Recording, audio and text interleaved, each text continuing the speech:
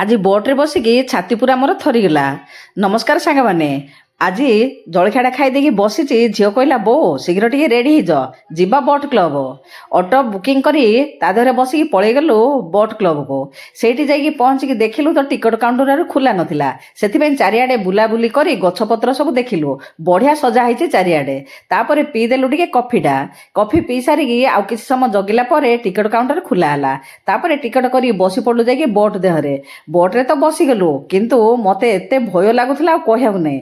ଚାରିଆଡ଼େ ଏତେ ପାଣି ଯେ ଆଉ କୁହନ୍ତୁନି। ସେ ପାଣି ଦେଖିକି ମୋର ପୁରା ମୁଣ୍ଡ କ'ଣ ହେଇଗଲା, ଛାତି ମୋର ପୁରା ଥରିଗଲା ପୁରା।